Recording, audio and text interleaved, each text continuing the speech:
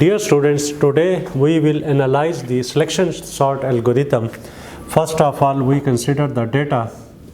Let's suppose we have data 38, 24, 40, 7, 12, 16, and we want to sort this data in ascending order. We have stored this data into an array A. This is location number 1, 2, 3, 4, 5, 6. Using selection sort algorithm, we will have to perform two tasks. First, we will select the locations, selection, and then we will make certain comparisons. First of all, we will select the location number 1 and we will compare it with the next location, that is location number 2, location number 3, location number 4, 5 and 6. So first of all, we will be selecting location number 1 and we will be comparing it with location number 2, 3, 4, 5 and 6. And whenever we will find the data that is less than 38, then we will swap that data. For example, 24 is less than 38, so in location number 1, now it will be 24 and 38 will be moved into location number 2. Our next comparison will be with location number 3. Here we have the data item 40. 40 is not less than 24, so there will be no swapping. Then we will compare location number 1 with location number 4. Here we have 7. This number is less than 24, so we will swap these two data items, and in location number 1 we will be having 7 and here we will be having 24. Now our next comparison will be with 12. 12 is not less than 7, so there will be no interchange of data items. And next we will be comparing the location number 6. Here again there will be no swapping. Now the first location has been compared with all other locations. Our next selection will be for location number 2. Our next selection will be for location number 2. And then we will be comparing this location number 2 with rest of all other locations. Rest of all locations mean we will be comparing second location with third, fourth, fifth and sixth, not the first one. So we will be comparing location number 2 with all next memory locations or with all next subscripts. So 2 will be first compared with third, then second location will be compared with fourth, then second location will be compared with fifth location, and in the end it will be compared with sixth location. So second will be compared with third, fourth, fifth and sixth location. And whenever we will find the data that is less than 38 or the data in second location, we will swap that data. Now 40 is not less than 38, so there will be no swapping. 24 is less than 38, here we will swap the data. So 38 will be moved to location number 4 and 24 into location number 2. Then second location will be compared with fifth location. Here 12 is less than 24. Again the data will be swapped. Here in second location we will be having 12 and in fifth location we will be having data item 24. Now the second location will be compared with location number 6. Here we have the data item 16. 16 is not less than 12, so there will be no swapping. It means the second location has been compared with all next locations. So our next selection will be for location number 3.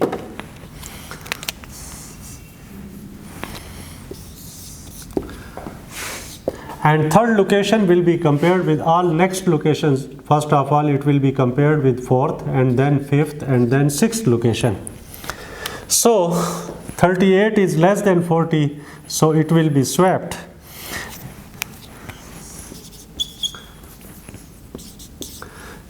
Then location number 3 will be compared with location number 5. Here we have 24. 24 is less than 38. Again it will be swapped. Now we will compare third location with location number 6. Again the data will be swapped.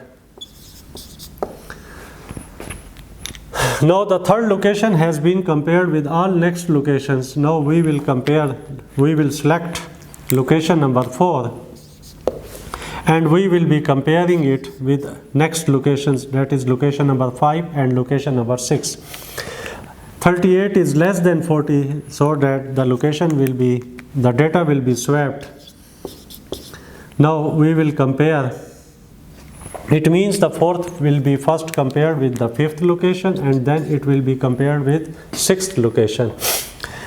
Now it will be compared with 6. 24 is less than 38. Again the data will be swapped here, so that here we will be having 24 and here we will be having 38. Now the fourth location has been compared with all of the next memory locations. So our next selection will be for location number 5 and we will be comparing it with location number 6. So selection will be for fifth location and we will be comparing it with sixth location. Now here in sixth location we have 38 and in the fifth location we have 40. Data is less in location number 6, so it will be swapped. So 38 will be moved in the location number 5 and 40 will be moved in the location number 6. So the fifth location has been compared with next memory locations. There are no other further locations. So after 6 there will be no further comparison. Now dear students, you will not be selecting the location number 6 because we have no further memory locations, and if you will select sixth location, then with which location you will be comparing. So there will be no selection for location number 6. It means कि आपको 6 की select करने की ज़रूरत नहीं है, क्योंकि अगर आप select कर भी लें तो फिर आप किन मेमोरी लोकेशंस के साथ आगे कंपैरिजन करेंगे, क्योंकि आपके पास तो आगे मेमोरी लोकेशंस भी नहीं है, अरे का एंड हो चुका है, आप nth लोकेशन तक पहुंच चुके हैं. So if it means that if you have total n elements, then you will be selecting n minus 1 elements from 1 to 5.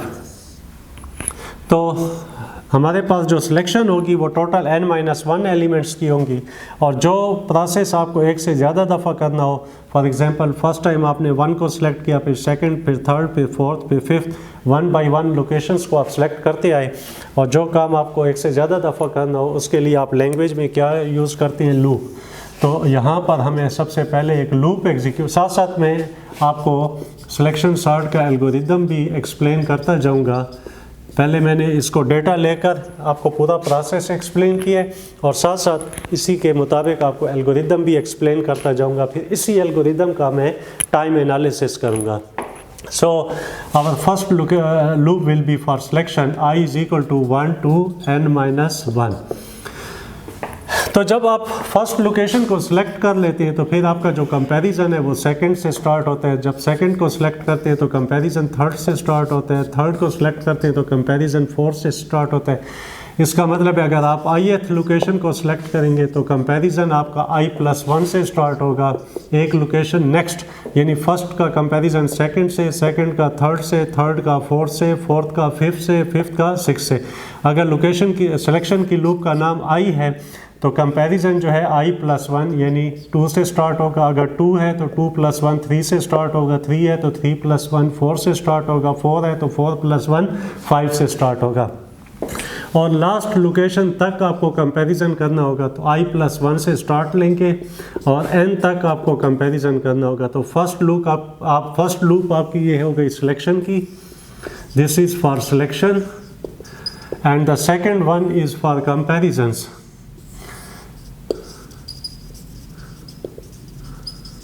देखिए, आप लोगों ने नेस्टेड लूप का कंसेप्ट पढ़ा है प्रोग्रामिंग लैंग्वेज में, और आपने उसमें पढ़ा होगा कि आउटर लूप की सिंगल वैल्यू के लिए इनर लूप अपने साइकिल को कंप्लीट करती है.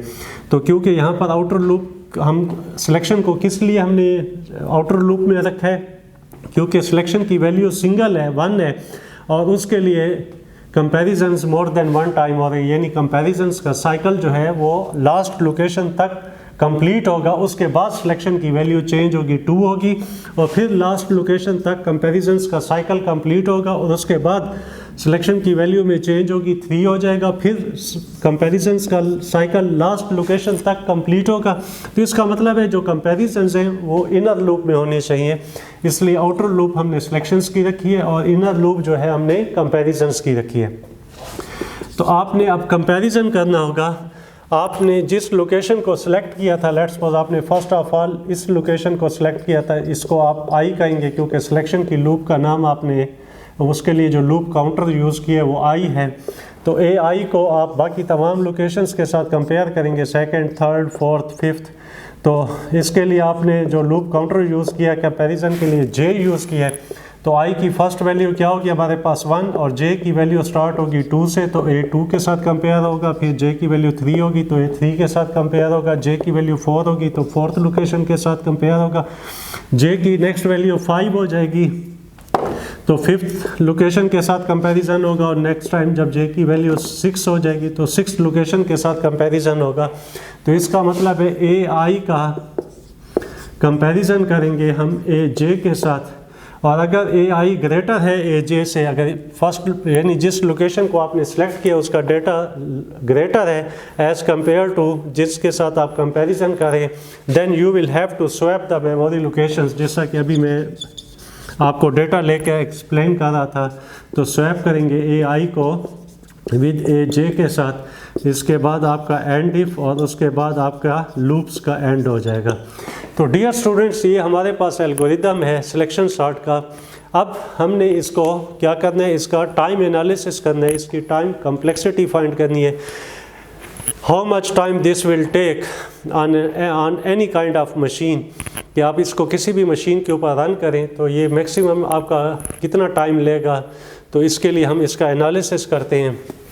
तो मशीन इंडिपेंडेंट एनालिसिस करने के लिए, जिसको मैंने आपको बताया था कि हम क्या कहते हैं, रैम मॉडल भी कहते हैं, तो इसका कैसे एनालिसिस करेंगे, इसके लिए देखें हमें क्या करना होगा। देखिए मैं यहाँ पर एल्गोरिदम आपके लिए दोबारा लिख लेता हूँ। For i is equal to 1 to n-1 selection की loop, for j is equal to i plus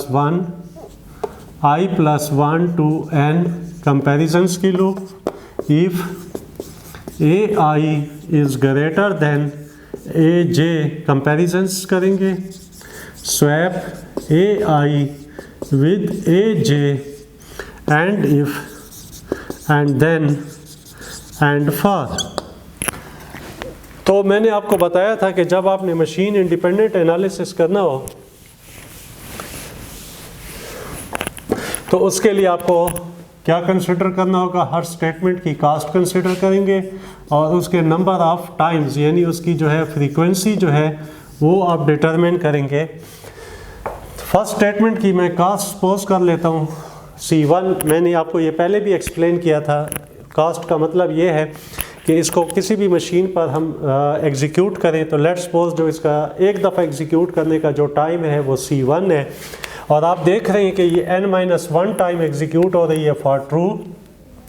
और मैंने आपको बताया था कि ये जो हेडर है एक दफ़ा फॉल्स के लिए भी एग्जीक्यूट होगा, तो n-1 टाइम ट्रू और 1 टाइम जो है वो फॉल्स के लिए, ये एक दफ़ा फॉल्स के लिए एग्जीक्यूट होगा, n-1 टाइम ट्रू के लिए एग्जीक्यूट होगा, तो 1 और 1 कैंसिल कर दें तो यहाँ पर आपके पास जो वैल्यू आ जाएगी वो n आ जाएगी। अब आपने चेक करना है कि इनर लूप का एग्जीक्यूशन कैसे होगा। मैंने आपको पहले भी पिछले लेक्चर्स में एक्सप्लेन किया है कि जब नेस्टेड लूप का कंसेप्ट आ जाए तो फिर उसमें समेशंस इन्वॉल्व हो जाती हैं। अब आपने यहाँ पर चेक करना है कि कैसे एग्जीक्यूशन होगी। देखें, इसको समझने के लिए मैं यहाँ पर बोर्ड पर अलहदा से ले लेता हूँ वैल्यूज़। लेट्स सपोज आई की अगर फर्स्ट ऑफ ऑल वैल्यू 1 है तो आप देख रहे हैं कि ये जे वाली जो लूप है वो कहाँ से स्टार्ट होगी, 1 + 1 2 से स्टार्ट होगी, 2 to n तो 2 to n टोटल कितनी वैल्यूज़ हो जाएंगी, n-1। 2 to n जो है वो n-1 वैल्यूज़ होंगी, क्योंकि अगर आप काउंट करें ना 2, 3, 4, 5, 6 अप टू n, तो 2 to n जो है टोटल नंबर कितने होंगे n-1। जब i की वैल्यू 2 होगी, जब i की वैल्यू 2 हो जाएगी तो ये लूप स्टार्ट होगी 2 + 1 यानी 3 to n, तो 3 to n ये टोटल कितनी वैल्यूज़ होंगी 3, 4, 5, 6, 7 अप टू n, ये टोटल वैल्यूज़ बनेंगी n-2। देखिए इसको समझने के लिए आप ये भी इस तरह भी समझ सकते हैं कि अगर 1 to n लें तो टोटल नंबर होते हैं n। अब क्योंकि आपने 2 to n लिया था 1 कैंसिल हो गया, तो अगर पहले नंबर बन रहे थे n, तो अब इसमें से 1 कैंसिल हो गया, आप कंसिडर करें 2 to n, तो ये टोटल कितने बनेंगे n-1। अब अगर आप दो नंबर इसमें से माइनस कर लें 1, 2 यानी आप कंसिडर करें 3 to n, तो दो नंबर माइनस कर लेंगे तो n-2। जब i की वैल्यू 3 हो जाएगी तो ये लूप कितने दफ़ा चलेगी 3 + 1 4 to n, तो 4 to n का मतलब क्या होगा, यानी अब आप जो है देखें 4 to n कितने टोटल नंबर आपके पास बनेंगे, इसको आप 4 to n टोटल कितने नंबर होंगे 4, 5, 6, 7, 8 अप टू n। तो इसका मतलब है आपने फर्स्ट थ्री नंबर्स कंसिडर नहीं किए, आपने 4 to n कंसिडर किए, तो n लास्ट वैल्यू है, तो n में से आप 3 माइनस कर लें तो ये टोटल नंबर बनेंगे n-3। आप नेक्स्ट टाइम जब i की वैल्यू 4 लेंगे तो 4 + 1 तो ये बनेगा 5 to n, 5 to n। तो अब क्या होगा, अगर आप 5 to n कंसिडर करेंगे तो टोटल आपके कितने नंबर बनेंगे 5 to n, 5, 6, 7, 8 up to n। तो इसका मतलब है आपने फर्स्ट 4 नंबर कैंसिल कर लिए, इनको आप कंसिडर नहीं कर रहे, तो n में से आप 4 माइनस कर लें, लास्ट नंबर n है तो n में से 4 माइनस कर लेंगे तो ये टोटल नंबर बनेंगे n-4।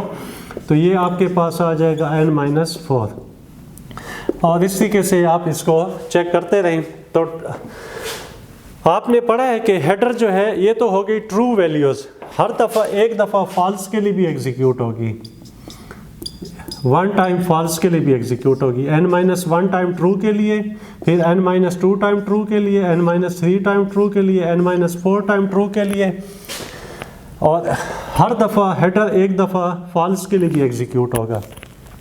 अब अगर आप इसको जनरलाइज करें तो कैसे बनेगा, जब i की वैल्यू 1 थी तो ये बना n-1, i की वैल्यू 2 है तो ये हो गया n-2, i की वैल्यू 3 है तो ये हुआ n-3, i की वैल्यू 4 है तो ये बना n-4। तो इसका मतलब है यहाँ पर 4 तो n-4, 3 तो n-3, 2 के साथ n-2, 1 n-1, तो ये बना n-i फॉर ट्रू, और 1 टाइम जो है वो फॉल्स के लिए। तो टोटल कितना होगा, आप this plus this plus this plus this in सारों को ऐड कर लें तो ये बनेगा समेशन n-i + 1।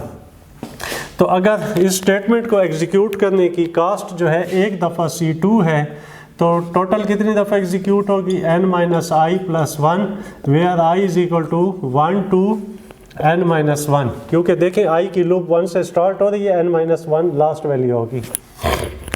तो यहाँ पर ये जो 1 आपने कंसिडर किया है ये फॉर फॉल्स है, फॉल्स के लिए भी एक दफ़ा एग्जीक्यूट होगी, और n-i जो है ये ट्रू वैल्यूज़ होंगी जिनके लिए एग्जीक्यूट होगा। और n-i मैंने कैसे फाइंड किया, इसको मैंने आपको पूरा मैकेनिज़्म समझाया कि जब i की वैल्यू 1 थी तो ये लूप 2 to n स्टार्ट हुई, जब i की वैल्यू 2 होगी तो ये 3 to n मूव होगी, जब i की वैल्यू 3 होगी तो ये फिर 4 to n मूव होगी, जब i की वैल्यू 4 होगी तो ये 5 to n मूव होगी। तो 2 to n टोटल कितने नंबर बनते हैं n-1, 3 to n टोटल कितने नंबर बनेंगे n-2, 4 to n n-3, 5 to n total कितने नंबर बनेंगे n-4। ये मैंने आपको सारा मैकेनिज़्म यहाँ से समझाया है। तो जब आप देख रहे हैं i की वैल्यू 1 है तो यहाँ पर n-1, i की वैल्यू 2 है तो n-2, i की वैल्यू 3 है तो n-3, i की वैल्यू 4 है तो n-4। तो यहाँ पर जब जो भी i की वैल्यू होती है n-i हो जाता है और 1 टाइम फॉल्स के लिए एग्जीक्यूट होगी। तो मैंने आपको दोबारा भी एक्सप्लेन कर लिया ताकि आपका एक क्विक रिविजिट हो जाए। अब डियर स्टूडेंट्स, ये जो इफ़ स्टेटमेंट है ये इस फॉर की बॉडी में एग्जिस्ट करती है, लिहाजा ये सिर्फ ट्रू टाइम एग्जीक्यूट होगी। तो अगर इसका इसकी जो कास्ट है वो C3 है, तो इसका जो रनिंग टाइम होगा वो क्या होगा, summation I is equal to 1 to n-1, ये सिर्फ ट्रू टाइम एग्जीक्यूट होगी तो क्या बनेगी n-i। ये जो हेडर था वो एक दफ़ा फॉल्स के लिए भी एग्जीक्यूट हो रहा था, जबकि बॉडी फॉल्स के लिए एग्जीक्यूट नहीं होगी। और ये स्वैप स्टेटमेंट भी क्योंकि बॉडी में है तो लिहाजा ये भी फॉल्स के लिए एग्जीक्यूट नहीं होगी, तो ये भी होगा n-i, where I is equal to 1 to n-1, this is C4। तो अब हमारे पास टोटल टाइम क्या हुआ, Tn is equal to C1 into n plus C2 into summation I is equal to 1 to n-1, n-i plus 1 plus C3 summation I is equal to 1 to n-1, n-i plus C4 summation I is equal to 1 to n-1 into n-i। तो ये आपके पास total time आ जाएगा, time का function आ जाएगा selection sort का। इसमें आपने क्या किया, हर स्टेटमेंट की कास्ट को उसके नंबर ऑफ टाइम्स के साथ मल्टीप्लाई कर दिया और फिर सबको आपस में क्या कर दिया, ऐड कर दिया, तो टोटल टाइम आपके पास आ जाएगा। अब आपका जो नेक्स्ट काम है, टास्क है, वो इस समेशन को कैलकुलेट करना है। तो समेशन कैसे हम कैलकुलेट करेंगे, यहाँ पर इसको देख लेते हैं। देखें, मैं सबसे पहले n-i प्लस 1 इस समेशन को सॉल्व करना चाहता हूँ for I is equal to 1 to n-1। First of all अब जब I की वैल्यू 1 पुट करेंगे, यहाँ पर 1 और 1 -1 प्लस 1 कैंसिल हो जाएगा तो आपके पास n आ जाएगा। I की वैल्यू 2 पुट करेंगे तो यहाँ पर आ जाएगा n-1। I की वैल्यू 3 पुट करेंगे तो आएगा n-2। और आखिर में जब आखिर में I की जगह पर आप n-1 पुट करेंगे तो ये आएगा n into n-1 plus 1, n-n plus 1 plus 1, तो n और n कैंसिल, तो लास्ट में आएगा 2 आपके पास। तो ये बनेगा 2 प्लस 3, इसको अगर मैं इस साइड से लिख लूँ 2 plus 3 plus 4 up to n-2, इसको रिवर्स ऑर्डर में लिख रहा हूँ, प्लस n-1 प्लस लास्ट में आएगा मेरे पास n। यानी पहले मैंने ये वाली टर्म लिख ली, इससे पहले 3 होगी वो वाली टर्म लिखी, फिर उससे आगे 4 वाली टर्म होगी वो लिखी, फिर आखिर में इसका n-2, फिर n-1 और लास्ट में मैंने n लिख दी। तो ये मेरे पास सीरीज़ बन गई 2 to n, 2 plus 3 plus 4 plus up to n। तो इसका जो सम है वो हम फाइंड करेंगे। इसके बाद अगर आपने इसी तरीके से समेशन n-i सॉल्व करनी हो तो हमारे पास क्या आएगी, summation n-i, I is equal to 1 to n-1। तो I की जगह पर जब आप 1 पुट करेंगे तो आपके पास क्या आएगा, I की जगह पर 1 पुट करेंगे तो n-1, जब I की जगह पर आप 2 पुट करेंगे, रिप्लेस करेंगे इसकी वैल्यू 2, तो ये आपके पास आएगी n-2। इसके बाद आप इसमें वैल्यू जब रिप्लेस करेंगे 3, तो यहाँ पर आपके पास वैल्यू आएगी n-3। इन द एंड आप जब n-1 पुट करेंगे तो ये आपके पास आएगा n-1, ये और ये कैंसिल, तो लास्ट में आएगा 1 अप टू इस 2 प्लस 1। तो अब आप इसको रिवर्स ऑर्डर में हम इसको लिख लेते हैं, पहले 1 then 2 then 3 up to last value जो आएगी वो आएगी n-1। तो ये आपके पास एक और सीरीज़ आ गई है, इसका भी आप समेशन फाइंड करेंगे। इन दो सीरीज़ का आप समेशन फाइंड करें और समेशन का जो आंसर होगा वो आप यहाँ पर पुट करेंगे।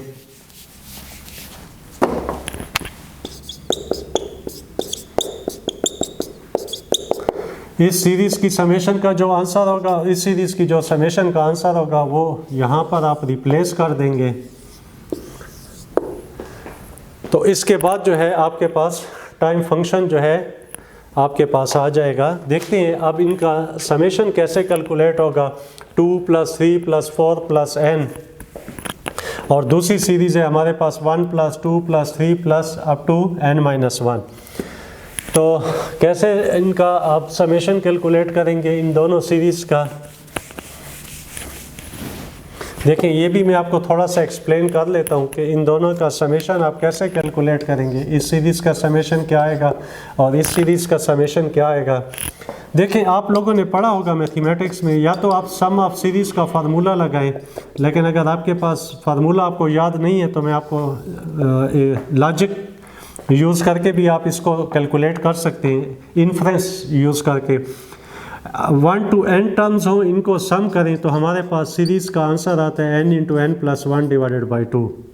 1 to n टर्म हो, 1 2 प्लस 3 अप टू n हो, तो इस सीरीज़ का सम आएगा n into n plus 1 divided by 2। और अब अगर हमारे पास हो क्या, up to n minus 1 terms हो, यहाँ पर n की जगह पर n माइनस 1 आ जाए, तो यहाँ पर भी आप क्या कर देंगे, n की जगह पर n माइनस 1 को रिप्लेस कर देंगे, तो ये और ये कैंसिल हो जाएगा, तो ये बनेगा n into n minus 1 divided by 2। तो अगर आपके पास n टर्म्स हो, देखिए मैं दोबारा एक्सप्लेन करता हूँ। देखिए डियर स्टूडेंट्स, अगर आपके पास n टर्म्स हो तो इस सीरीज़ का सम आता है n into n plus 1 divided by 2। अब अगर मेरे पास यहाँ पर n की जगह पर n माइनस 1 आ गया है, तो यहाँ पर सम में भी मैं क्या करूँगा, n की जगह पर n माइनस 1, इस n की जगह पर भी n minus 1 plus 1 divided by 2 कर दूंगा, तो ये कैंसिल हो जाएगा, तो n into n minus 1 divided by 2, तो ये मेरे पास आएगा n square minus n divided by 2। तो यानी इस सारी सीरीज़ का मेरे पास ये सम आएगा n square minus n divided by 2। तो लिहाजा इसका मतलब ये हुआ कि इस समेशन की जगह पर मैं पुट करूँगा n square minus n divided by 2, और इस समेशन की जगह पर भी मैं पुट करूँगा n square minus n divided by 2। अब मैं इस समेशन को सॉल्व करना चाहता हूँ। इस समेशन को कैसे सॉल्व करता हूँ, देखें मेरे पास है 1 plus 2 plus 3 up to n, इन सारे सीरीज n तक टर्म्स हो तो इनको सम करूँ तो मेरे पास आता है answer n into n plus 1 divided by 2। अब मैं 2 to n फाइंड करना चाहता हूँ, क्योंकि मेरे पास यहाँ पर मेरा जो ऑब्जेक्टिव है वो 2 to n फाइंड करना था। तो अब इसको कैसे फाइंड करूँगा 2 to n, तो देखें 2 plus 3 plus 4 up to n, तो यहाँ पर जो मेरे पास 1 है उसको इस साइड पर ले जाऊँ तो ये बनेगा n into n plus 1 divided by 2 minus 1, 2 LCM आ जाएगा, तो ये आ जाएगा n square plus n minus 2, तो ये मेरे पास सम आ जाएगा। देखिए मुझे 2 to n सम चाहिए था, क्योंकि मेरी सीरीज़ यहाँ पर थी 2 to n, तो 1 to n टर्म्स हैं तो उनका सम आता है n into n plus 1 divided by 2। तो मुझे 2 to n चाहिए, तो मैं 1 को इस साइड पर ले आता हूँ, इन्फ्रेंस यूज़ कर रहा हूँ। मैं इसके लिए सम ऑफ सीरीज़ का फार्मूला भी यूज़ कर सकता हूँ, वो उससे भी आपको एक्सप्लेन कर देता हूँ अभी। लेकिन अगर आप इन्फ्रेंस यूज़ करते हैं, एक लॉजिक के ज़रिए करना चाहते हैं, आपको फार्मूला भूल गया एग्ज़ाम में, तो आप 2 to n कैसे फाइंड करेंगे, तो 1 को आप इस साइड पर ले आए तो ये बनेगा n into n plus 1 divided by 2, तो ये आपके पास आंसर आ जाएगा। तो यानी इसका जो सम आएगा वो आएगा n square minus n divided by 2 plus 1। इस सारी समेशन को आप इसके साथ रिप्लेस करेंगे। तो मैंने आपको समेशन सॉल्व करना भी समझा दिया, उन समेशंस के बाद जो सीरीज़ आई उनका सम फाइंड करना भी समझा दिया। अब हमारे पास टाइम का जो फंक्शन आएगा वो क्या आएगा, उसको चेक कर लेते हैं।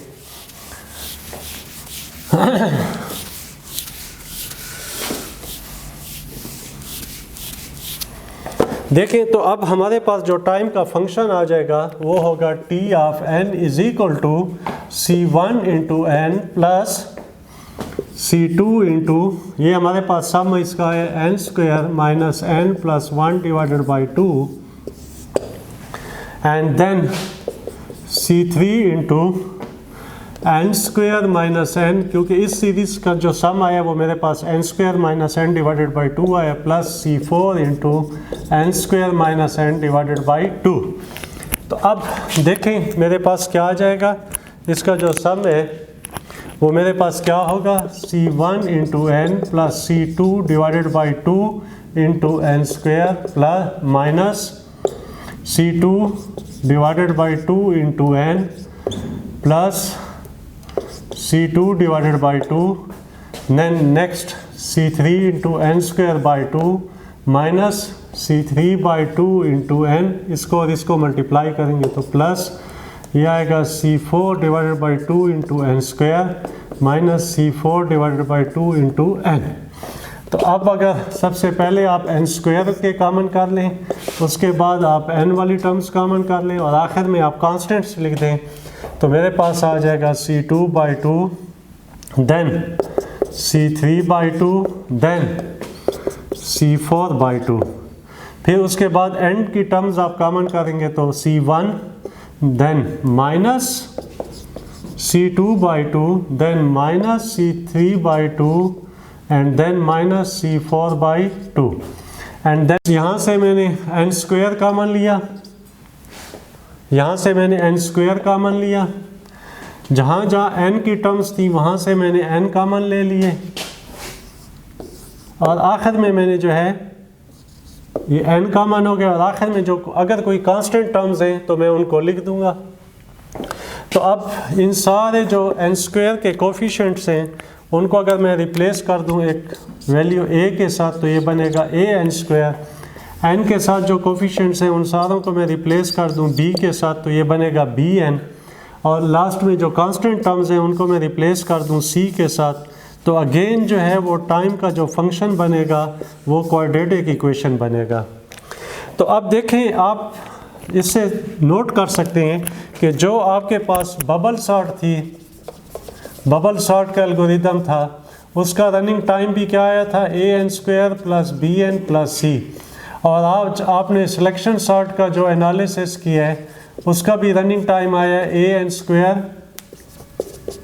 Plus bn plus c। अगर इसका मतलब टोटल अगर आपके पास n डेटा आइटम्स हैं अरे में तो उनको बबल सॉर्ट के ज़रिए टाइम करें, सॉर्ट करें तो भी यही टाइम आता है और सिलेक्शन सॉर्ट के ज़रिए टाइम भी आपके पास यही आएगा। यानी कंप्यूटर के नज़दीक आप उसे किसी भी मशीन के ऊपर रन करें, उसका किसी भी मशीन के ऊपर जो रनिंग टाइम होगा वो दोनों का क्या होगा, सेम होगा ऑलमोस्ट। यानी कंप्यूटर के लिए इन दोनों सॉर्टिंग एल्गोरिदम्स के दरमियान कोई डिफरेंस नहीं है क्योंकि इन दोनों का जो रनिंग टाइम आया वो क्वाड्रेटिक इक्वेशन आ गया है।